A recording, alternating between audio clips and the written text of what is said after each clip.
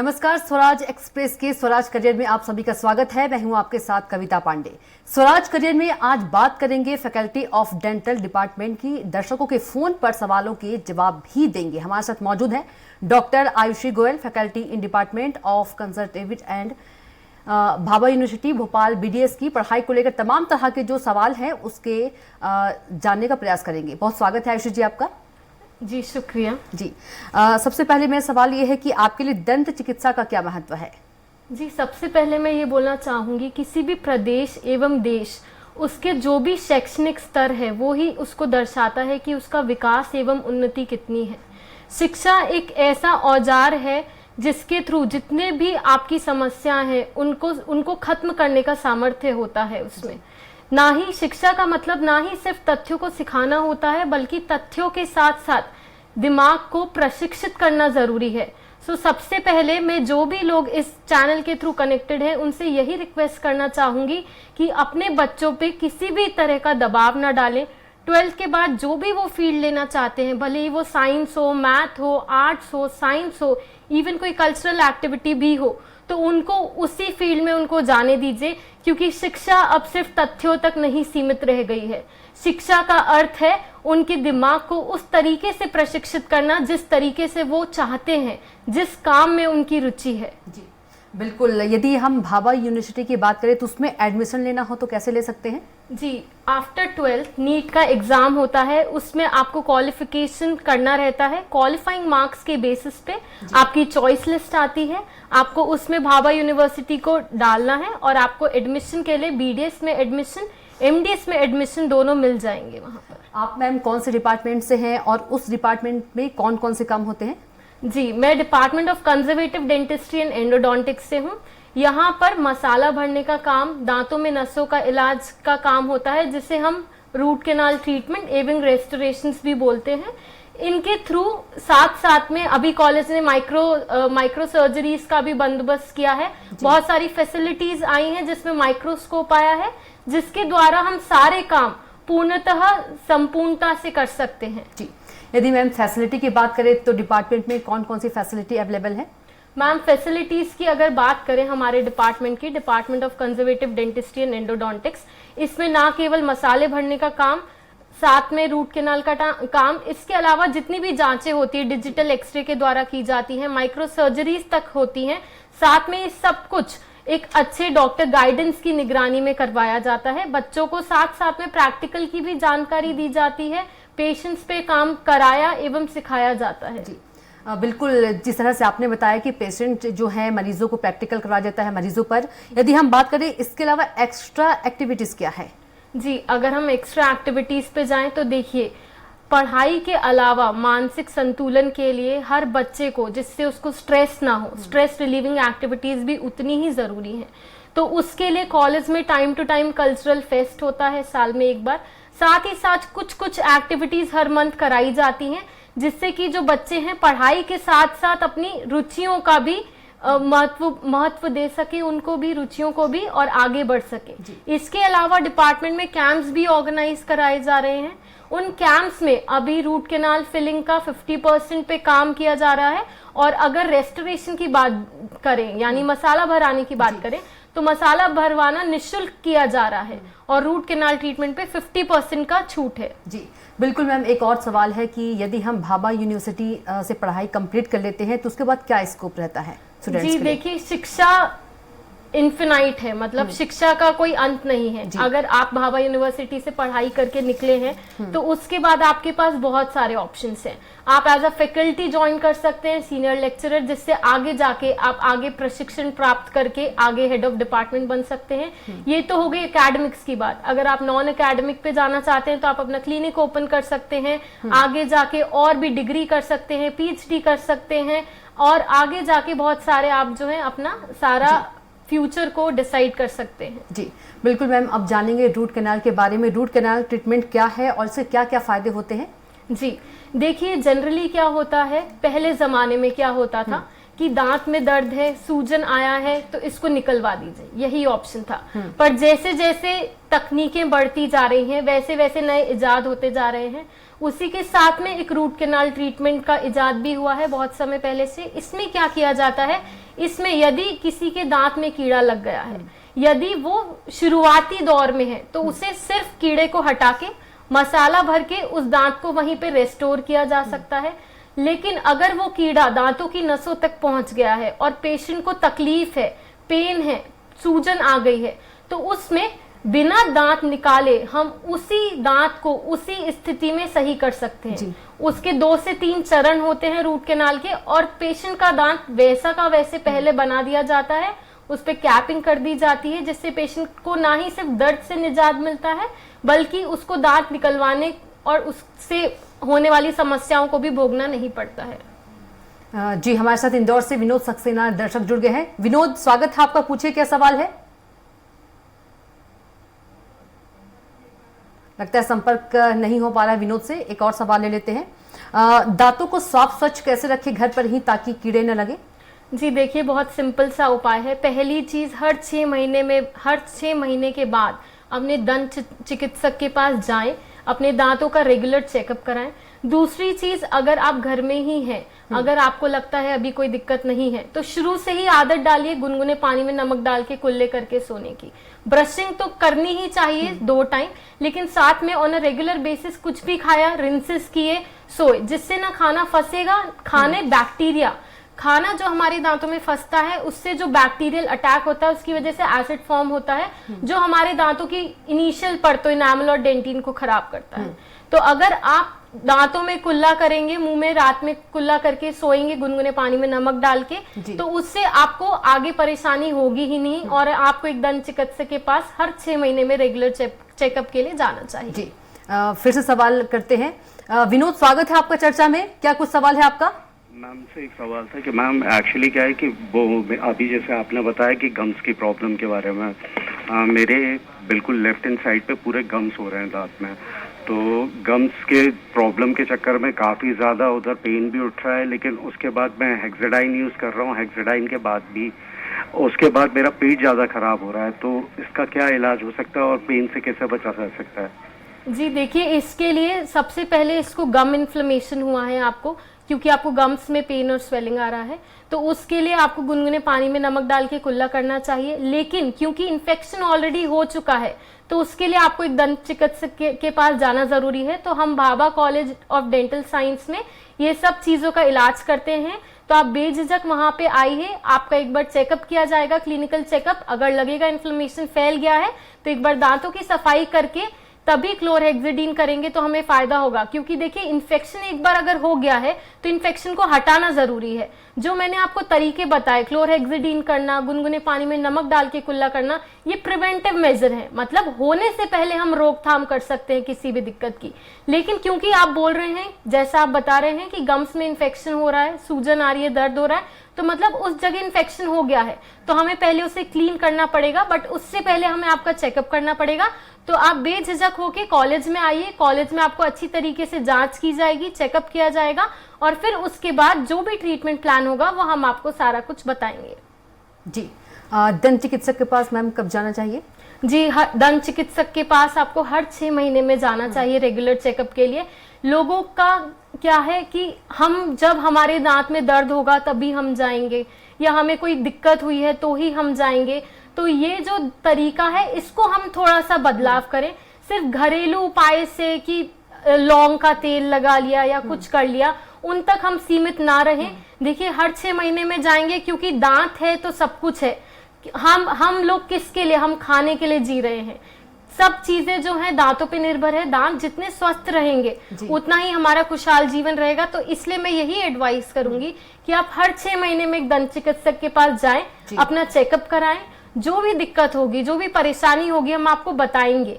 आपको पता होना चाहिए कि दांतों में क्या प्रॉब्लम चल रही है, जिससे आप उसका प्रॉपर डायग्नोसिस और प्रॉपर ट्रीटमेंट आगे प्लान करवा सकते जी बिल्कुल। कई बार कहा जाता है कि ज़्यादा जब मीठा खाते हैं तब दांतों में सड़न और कीड़े लग जाते हैं, ये मैम कितना सच है? क्योंकि लोग मीठा खाना भी छोड़ देते हैं कई बार। जी, एक्चुअली मीठे की वजह से इसलिए क्योंकि जो सुक्रोज कंटेंट होता है मीठे में, तो उस वजह से क्या होता है, बैक्टीरिया जो होते हैं खाने पे अटैक करते हैं, जिसकी वजह से एसिड बनता है। वो जो एसिड बनता है, हमारा दांत इनऑर्गेनिक और ऑर्गेनिक मैटर का बना होता है, मतलब कि कुछ उसमें इनऑर्गेनिक पार्ट होता है, कुछ उसमें ऑर्गेनिक पार्ट होता है। तो वो जो एसिड बनता है वो धीरे धीरे दांत को गलाना चालू करता है। इसलिए बोला जाता है कि शुगर कंटेंट वाली चीजें कम खानी चाहिए। लेकिन अगर फिर भी आप उसका सेवन नहीं रोक सकते या फिर आपको लगता है कि नहीं हम नहीं बंद कर सकते, तो उसके लिए यही उपाय है कि आप कुछ भी खाने के बाद अच्छे से रिंस कीजिए गुनगुने पानी में नमक डाल के, जिससे ना वो फंसा रहेगा, ना वो दांत की सतह पर रहेगा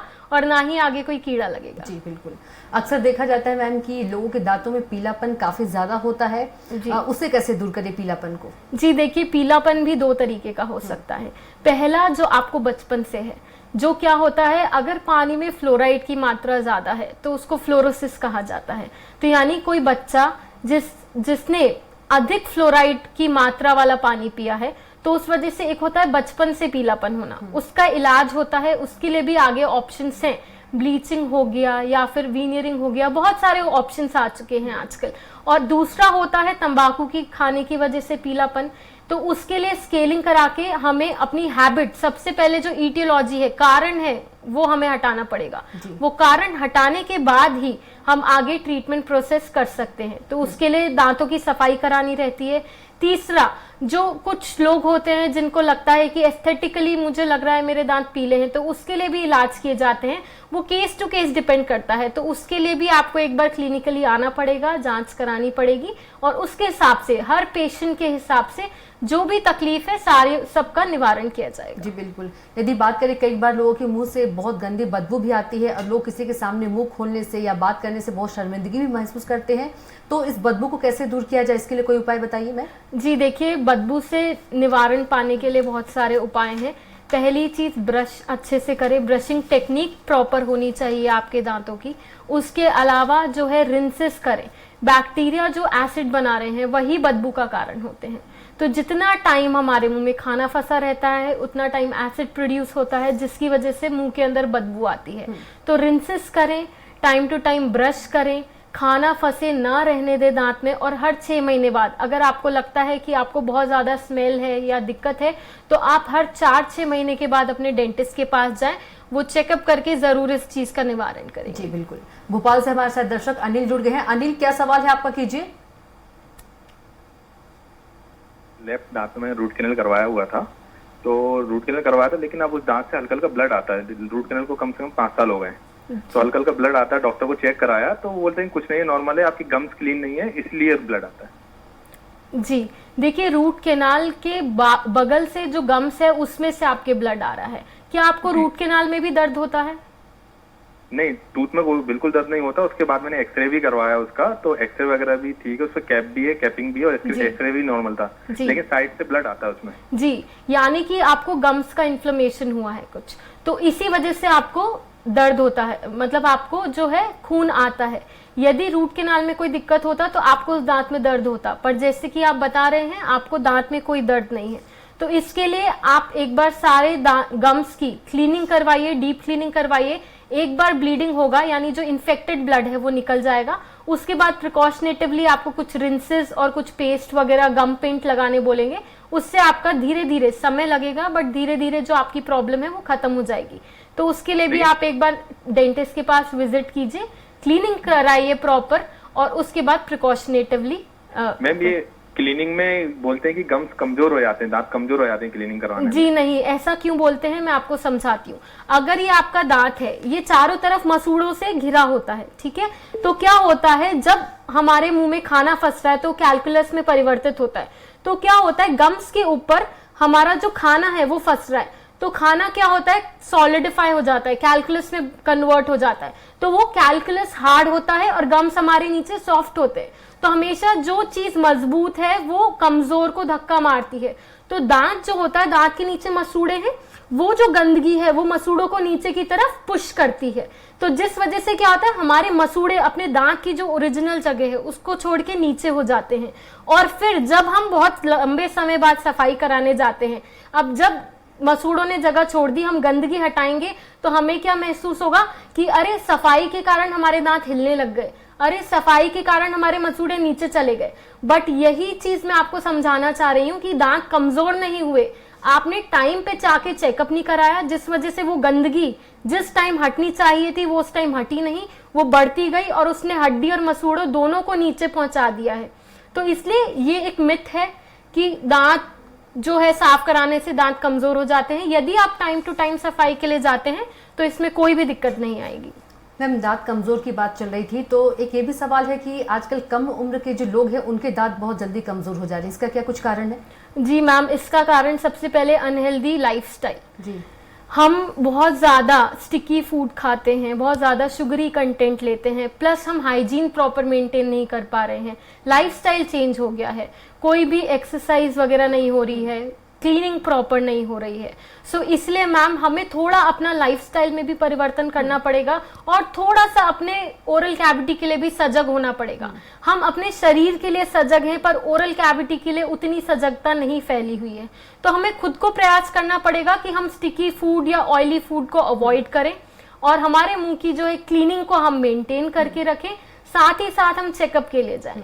मतलब कि एक जो आहार होता है वो बहुत इंपॉर्टेंट है दांत को स्वच्छ रखने में। जी ठीक है मैम, जैसे कि देखा जाए तो जैसा मैंने आपसे कहा कि दांत कमजोर हो जाते हैं, यदि जी हमारे साथ एक और नितेश जुड़ गए हैं ग्वालियर से। दर्शक नितेश, पूछिए क्या सवाल है आपका? तो सवाल है कि रूट किनाल ट्रीटमेंट करवाना है मैडम हमें, जी, तो उसके लिए क्या प्रोसेस रहेगी? जी रूट कैनाल के लिए प्रोसेस ये रहता है सर, आपको सबसे पहले आना पड़ेगा हॉस्पिटल, उसके बाद आपका क्लिनिकली चेकअप किया जाएगा कि दांत कितना खराब है, क्या पूरा दांत टूट गया है, जड़ बची है, जड़ नहीं बची है, वो हम कंफर्म करेंगे। क्लिनिकल एग्जामिनेशन के बाद हम एक्सरे से कंफर्म करेंगे। एक्सरे में हमें पता लग जाएगा कि जड़ में कितना इन्फेक्शन है, कितना नहीं है। उसके बाद आपका फर्स्ट सिटिंग में ही काम स्टार्ट हो जाएगा। रूट कैनाल में दांत वही रहेगा, उसमें ड्रिल करके हम जो नसें हैं उसको साफ करेंगे और फिर उसके बाद नेक्स्ट सिटिंग में उसको पूरा कर देंगे। तो रूट कैनाल कोई कठिन प्रोसीजर नहीं है, आप निश्चिंत होकर आइए, सारा काम सुन करके किया जाएगा जिससे आपको कोई तकलीफ का सामना नहीं करना पड़ेगा। मैम, अभी सवाल ये था कि इससे पहले जो कम उम्र के जो लोग हैं उनके दांत कमजोर हो जाते हैं, उनके दांत टूट जाते हैं, तो जो आर्टिफिशियल दांत लगाते हैं तो उससे कोई साइड इफेक्ट तो नहीं होता है? जी नहीं, कोई साइड इफेक्ट नहीं है। मान लीजिए किसी के दांत नहीं है तो दांत नहीं है तो आजकल बहुत ऑप्शंस हैं, इम्प्लांट्स का ऑप्शंस है, यानी आप दांत में स्क्रू डलवा के उसके ऊपर आर्टिफिशियल दांत लगवा सकते हैं। ब्रिजेस का ऑप्शन है, ब्रिजेस मतलब जो दांत सही है उनका सहारा लेके हम जो दांत मिसिंग है वो लगा सकते हैं। इन सब का कोई साइड इफेक्ट नहीं है, ये पेशेंट पे डिपेंड करता है। जो भी पेशेंट आता है उसको सारे ट्रीटमेंट प्रोटोकॉल्स और प्रोसीजर समझा दिए जाते हैं कि यहाँ पर दांत नहीं है तो इसमें ये ऑप्शन भी लग सकता है और ये भी लग सकता है और यहाँ तक कि उतारने निकालने वाला भी लग सकता है। तो ये मरीज के ऊपर होता है। हम अपनी तरफ से सारे ट्रीटमेंट प्रोसीजर समझाते हैं Bhabha college of dental science में। ये पेशेंट के ऊपर होता है कि पेशेंट कौन सा ट्रीटमेंट कराना चाहता है और जो भी ट्रीटमेंट होता है वो पेशेंट की कंसेंट से होता है और इससे कोई साइड इफेक्ट नहीं होता। यदि साइड इफेक्ट होता तो हम वो ट्रीटमेंट अपनाते ही नहीं। कौन सा ट्रीटमेंट जो है मैम वो ज्यादा लाभदायक होता है? जी देखिए, treatment person to person differ करता है। पहले हमें उसका सेम क्लिनिकल एग्जामिनेशन करना पड़ता है, बीपी चेक हो गया, शुगर पेशेंट तो नहीं है, तो जो मेडिकल एग्जामिनेशन है, मेडिकल एग्जामिनेशन के बेसिस पे हम जज करते हैं कि इम्प्लांट लग सकता है कि नहीं लग सकता है, बोन का लेवल कितना है, उनकी हड्डी कितनी है दांत में, क्या इम्प्लांट लग सकता है कि नहीं लग सकता। अगर हम ब्रिज की बात करें तो ब्रिज में आगे पीछे वाले यानी साइड के दांतों को देखा जाता है कि वो सपोर्ट प्रोवाइड कर सकते हैं कि नहीं कर सकते हैं। उनमें रूट कैनाल करके कैप के थ्रू ब्रिज लगाया जा सकता है कि नहीं लगाया जा सकता। पेशेंट की हड्डी कितनी मौजूद है कितनी नहीं है। और रही बात रिमूवल की, तो रिमूवेबल भी लग सकता है कि नहीं लग सकता, क्योंकि हर चीज के लिए इम्प्लांट के अलावा अगर हम ब्रिज या फिर रिमूवेबल पार्शियल डेंचर जिसे बोलते हैं वो लगवाना चाहते हैं या फिक्स पार्शियल डेंचर लगवाना चाहते हैं, तो इसके लिए हमें आजू बाजू वाले दांतों का होना जरूरी है। तो वो सारा कुछ एक बार आप आएंगे, पेशेंट आएंगे कॉलेज में, तो हम उनका क्लिनिकल चेकअप करके सारी उनको जानकारी प्रदान करेंगे। यदि रिक्वायर्ड होगा तो डिजिटल एक्सरे यूज होगा। हमारे डिपार्टमेंट में डिजिटल एक्सरे है, तो तुरंत ही हम जांच कर लेते हैं कि दांत की कैसी कंडीशन है, कितना बचा सकते हैं, कितना नहीं बचा सकते, और उस पर ही निर्भर होकर जो है हम आगे का प्रोसीजर प्लान करते हैं, ट्रीटमेंट प्लान। मैम, इस सबका फीस क्या होता होगा? जी, फीस देखिए मिनिमल रहता है सारा कुछ। अभी कॉलेजेस में हर मंथ कैंप्स लग रहे हैं, कैंप्स में मैक्सिमम ऑफ द प्रोसीजर जो है फ्री ऑफ कॉस्ट किए जा रहे हैं। जैसे अगर मैं मेरे डिपार्टमेंट की बात करूं, department of conservative dentistry and endodontics, तो उसकी खासियत ही यही है कि हम दांत निकालने की जगह हम उसको बचाने का काम कर रहे हैं, जिसको हम मिनिमली इन्वेजिव डेंटिस्ट्री बोलते हैं। तो मिनिमली इन्वेजिव डेंटिस्ट्री में क्या होता है कि हम कम से कम दांत का स्ट्रक्चर हटा के उसको वहीं की वहीं रेस्टोर करते हैं। तो इसमें हमारे कॉलेज में अभी कैंप्स भी लग रहे हैं। हमारे डिपार्टमेंट की अगर मैं बात करूं तो जितनी भी फिलिंग है, मसाला भरना है जिस दांतों में, वो सब निःशुल्क किया जा रहा है। और अगर हम रूट कैनाल ट्रीटमेंट की बात करें तो रूट कैनाल ट्रीटमेंट भी 50% डिस्काउंट पे हो रहा है। हमारा जो कॉलेज का मोटिव है वो पेशेंट को सुकून प्रोवाइड करना है, उसको दांत से के दर्द से सुकून प्रोवाइड करना है। हमारा मोटिव कहीं से भी पैसे का नहीं है। तो आप पैसे के मामलों में निश्चिंत हो जाइए और अपना काम कराने के लिए आइए डिपार्टमेंट में। मैम, एक और सवाल है कि मसूड़ा जो है, एक तरफ का मसूड़ा फूला रहता है, तो क्या वो डैमेज हो गया है? कुछ इन्फेक्शन है उस मसूड़े में? जी बिल्कुल, अगर मसूड़ा सूज रहा है मतलब उसमें इन्फेक्शन हमेशा सूजा रहता है? हमेशा सूजा रहता है। इसका मतलब यह है कि अगर बचपन से तो कोई भी बीमारी नहीं होती, ठीक है, तो वो हमेशा सूजा रहता है, मतलब वो कुछ पीरियड से सूजा हुआ है, तो उसका मतलब यह है कि गम्स में कोई इन्फेक्शन है। देखिए, जब भी हमारे मुंह में कोई भी तकलीफ होती है तो हमारा सिस्टम, बॉडी सिस्टम ऐसा बना है कि वो हमें रिस्पॉन्स करता है। कैसे? या तो दर्द होगा, ठीक है, या ठंडा लगेगा, गर्म लगेगा, सूजन आएगी, रेडनेस आएगी। हमारी बॉडी हमें संकेत देती है कि हमें अब चेकअप की जरूरत है। यदि आपके मुंह में सिर्फ ठंडा लगता है तो मतलब आपको सेंसिटिविटी बोला जाता है, जैसे सेंसिटिविटी है मतलब कहीं कीड़ा लग रहा है। यदि ठंडा गर्म दोनों लग रहा है, रात में लेटते समय दर्द है दांत में, यानी उसमें कहीं ना कहीं इन्फेक्शन पल्प तक पहुंच गया है। यदि मसूड़ा सूज रहा है आपका, तो मसूड़ा सूज रहा है यानी गम्स में या पेरिडोंटल लिगामेंट में कोई प्रॉब्लम है। तो ये एक तरीके का संकेत है जो आपकी ओरल कैविटी आपको देती है। अगर आपको ऐसा कुछ भी महसूस होता है तो हमें तुरंत अपने डेंटिस्ट के पास जाना चाहिए। और अगर हम सारी जो भी जांचें और सारे प्रोसीजर एक जगह चाहते हैं तो उसके लिए Bhabha college of dental science best है, क्योंकि आपको वहां पे हर डिपार्टमेंट की सुविधा मिलेगी, कम से कम चार्जेस पे मिलेगी और अच्छे से अच्छा ट्रीटमेंट मिलेगा। लेकिन मैम, कई बार लोग क्या करते हैं कि घर पे ही जो नुस्खे होते हैं वो अपना लेते हैं, तो घर पर जो है अपनाना चाहिए कि नहीं? जो जी देखिए, घर पे जो नुक्स वो अपनाते हैं, तो मैं उसके लिए यही कहना चाहूंगी कि आप घबराइए मत, अपने डेंटिस्ट के पास जरूर जाइए। क्योंकि देखिए, जो आप घर पे पेन किलर ले लेते हैं, कुछ लोग दर्द होता है तो सोचते हैं पेन किलर ले लिया अब दर्द नहीं है, जब होगा तब जाएंगे। देखिए, आपका दांत रेस्पॉन्ड कर रहा है इन्फ्लेमेशन के प्रति। कैसे? सूजन दिखा रहा है, दर्द हो रहा है दांत में, तो आपका जो दांत है वो रेस्पॉन्ड कर रहा है।